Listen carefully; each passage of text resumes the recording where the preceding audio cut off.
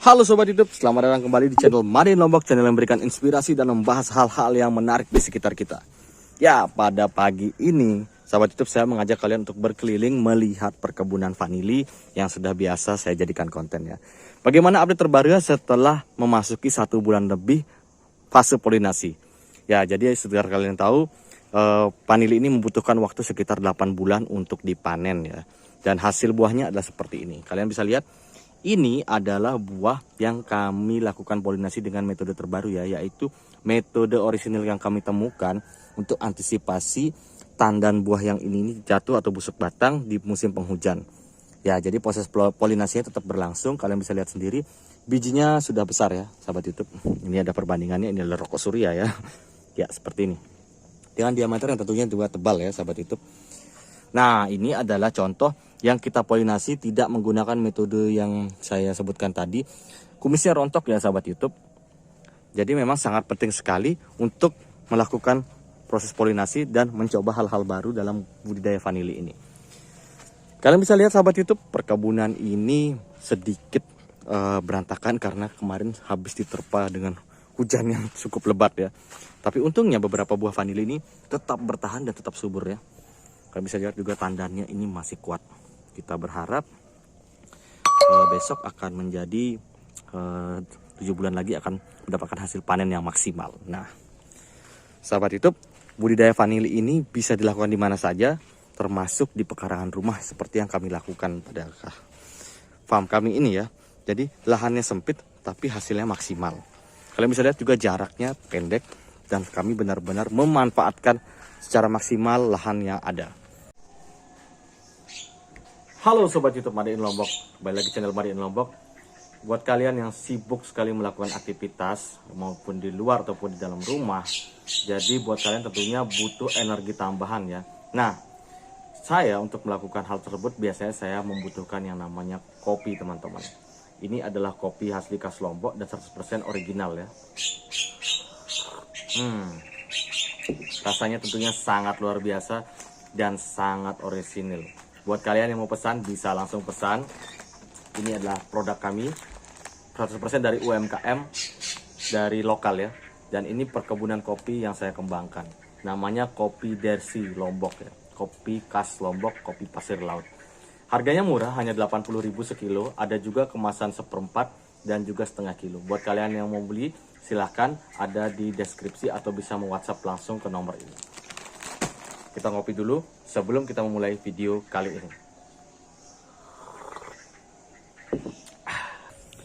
Nah, masih banyak juga sahabat YouTube yang bertanya-tanya apakah saya menyediakan bibit atau tidak. Tentu saja saya menyediakan bibit ya, tapi jumlahnya agak terbatas sahabat YouTube karena farm kami ini bibitnya itu sudah spesial ya, sudah kami kembangkan di dataran rendah. Jadi untuk proses menanamnya ini lebih gampang dan lebih mudah, dan juga buah tandan yang keluar itu sudah disesuaikan dengan kondisi tanah di dataran rendah ini ya sahabat YouTube. Jadi ini sudah usianya hampir masuk ke 7 tahun. Jadi contoh buahnya ya, kalian bisa lihat sendiri.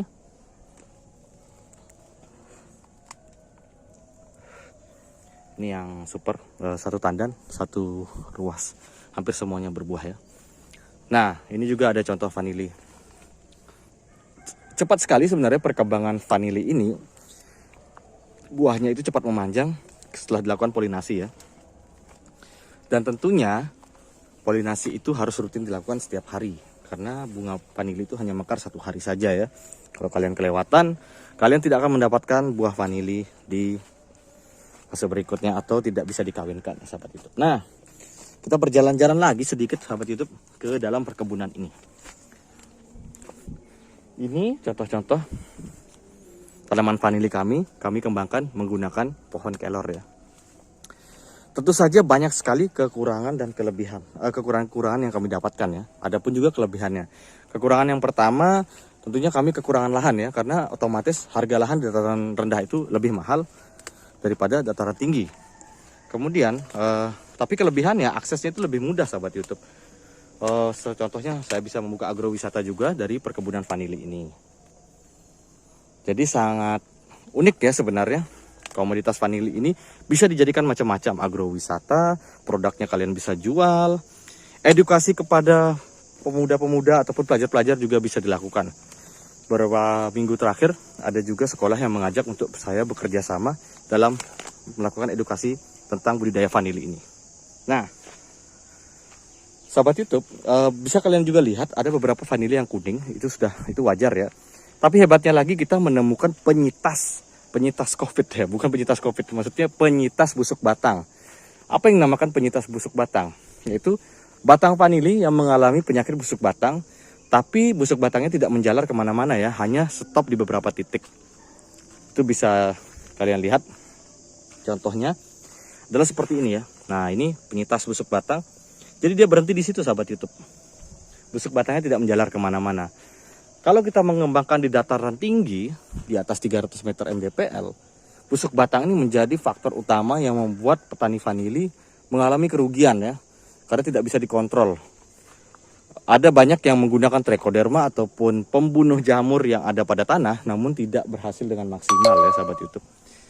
Jadi pada intinya, bagaimana mengelola vanili ini adalah apabila kalian memulai menanam atau budidaya vanili, lebih baik di lahan yang baru yang belum pernah ditanami vanili. Jadi kalian bisa benar-benar mengkarantina dan mencegah penyakit busuk batang tadi, sahabat YouTube. Ya, kita masuk lagi, berjalan-jalan ke tengah sedikit. Di sini ada stok pupuk kandang yang sudah kita stok, kira-kira jumlahnya ada sekitar 50 karung ya. Dan ini sudah kita tebar di beberapa tempat. Penting juga untuk kita melakukan proses pemupukan tanah pada saat masa polinasi berakhir.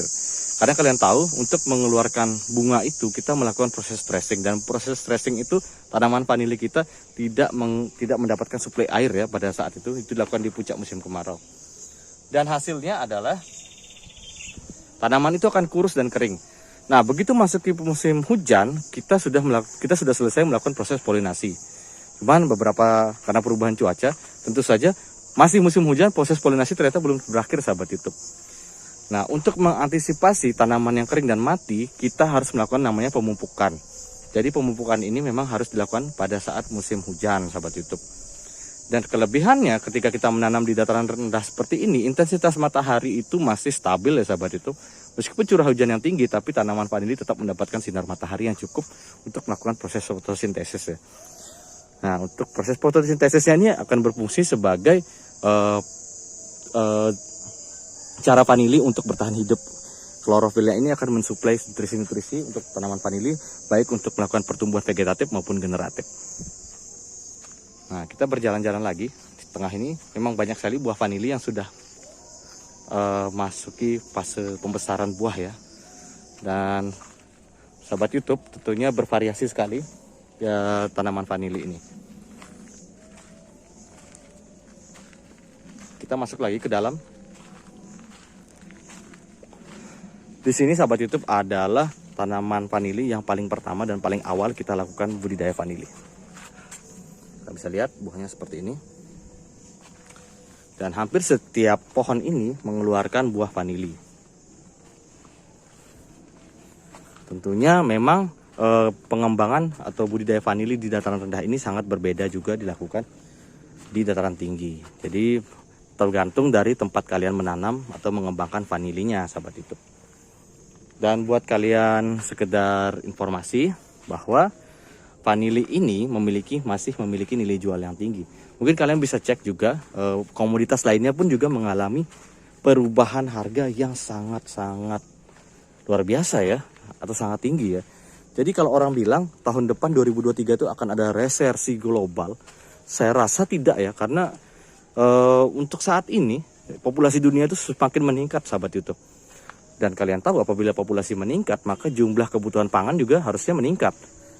Dan itu akan mengakibatkan sektor pertanian itu mengalami kelonjakan harga yang signifikan. Terlebih lagi dengan perubahan iklim, sahabat YouTube, yang nanti ke depannya perubahan iklim ini akan mengakibatkan negara-negara yang sudah menghasilkan komoditas seperti kopi, vanili, dan lain-lain yang terbesar akan mengalami kemunduran. Contohnya seperti di Madagaskar. Dia mengalami goncangan iklim yang hebat sehingga menyebabkan produksi vanilinya menurun. Nah, Sebenarnya ini merupakan kesempatan besar buat Indonesia atau petani-petani lokal untuk memanfaatkan momen ini, yaitu mengembangkan komoditas yang memang memiliki nilai jual yang sangat tinggi, contohnya vanili. Termasuk juga komoditas lain dengan kebutuhan pokok yang banyak seperti kopi dan teh. Merupakan satu komoditas yang memiliki nilai konsumsi yang tinggi di seluruh dunia, sahabat YouTube. Dan harusnya ini menjadi suatu pemikiran bersama, baik secara pemerintah maupun secara swasta. Karena apa? Karena negara yang maju, kalian bisa tahu bahwa negara yang mempunyai atau memberikan kesempatan bahwa swastanya itu juga maju ya, sektor swastanya itu. Jadi perlu juga dimengerti bahwa kita memang membutuhkan modal asing dan teknologi asing untuk mengembangkan tanaman vanili ini, sahabat YouTube. Kalian bisa cek juga di beberapa perusahaan yang memang berfokus pada pengembangan vanili di luar negeri, itu mereka benar-benar komitmen dan juga budidaya vanilinya itu mengandalkan keberlangsungan jangka panjang. Jadi tidak hanya selesai panen di situ, sahabat YouTube, tapi berkelanjutan. Itulah yang namanya sustainability ya, artinya berkesinambungan.